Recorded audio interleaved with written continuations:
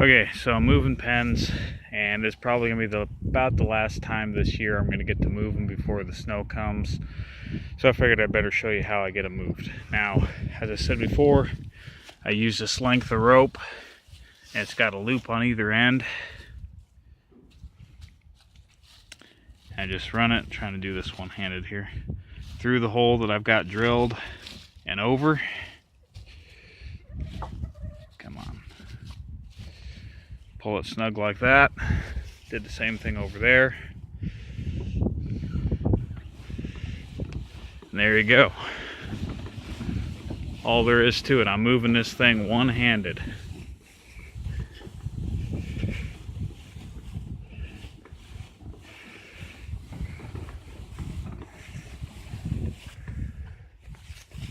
Before I move it, I take the water pan out, dump it upside down, scrub it out a little, throw it on top of the barrel so it's right there when I've got them where I want them.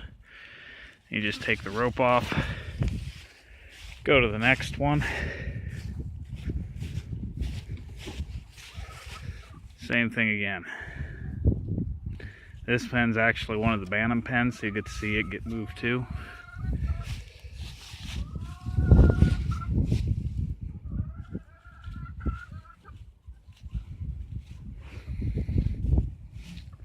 Something about it, filming this stuff is getting me to be better at doing stuff with my left hand, I'll say that much.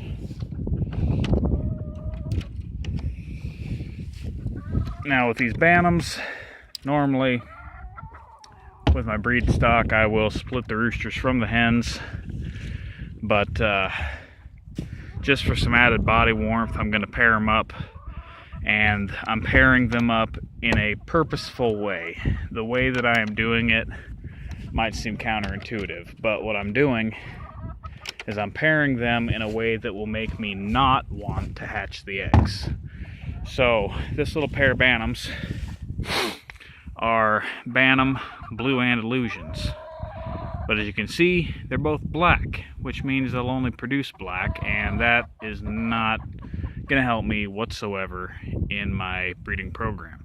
So they're together, the eggs are fertile, but I have no desire to hatch them. Same thing with the pen I just moved. It's a Splash Bantam Andalusian rooster with a wheat and spangled large fowl American game hen. Once again, not only am I producing chicks that would be crossbreds, but it's not a crossbred a lot of people would be interested in, so there's no incentive to try and hatch the eggs.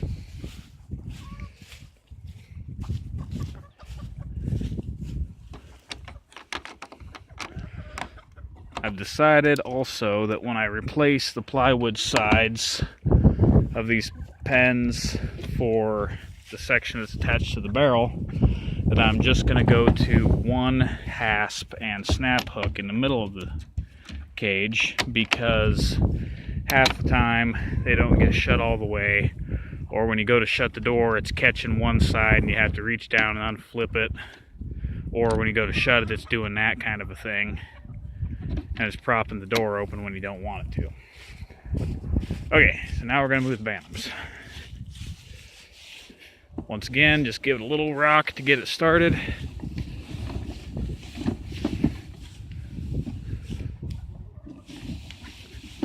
Gotta be kind of gentle with this one because it's still plywood on both sides.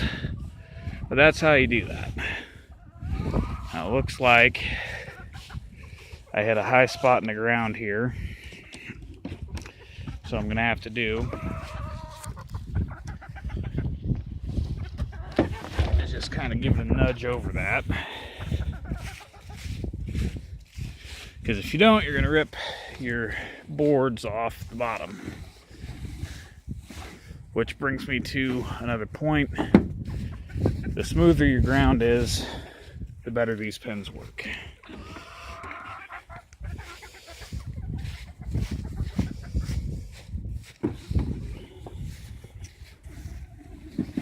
There we go.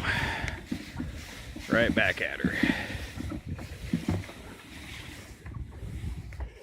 And if I haven't said this in another video, you'll notice I'm spreading these pens apart.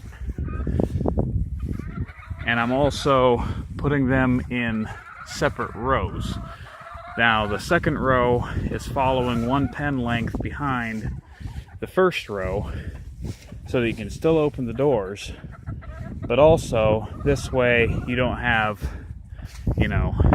18 pens going this way that you got to walk down. You don't have to walk nearly as far, and then you also don't have to try and mow in between the pens because you've got a pen in between the pens in the first row. So just some couple things to keep in mind. Now, take a look at this grass here. I moved these up quite a bit because I'm just getting them closer to the pheasants. Like I said, it's going to be about the last time I move them for the winter. But this is obviously untouched. This is where they just got moved from. This is where they were moved from prior to that. And here you can't even tell that they were there hardly. So if you move your pens often enough, you won't kill your grass.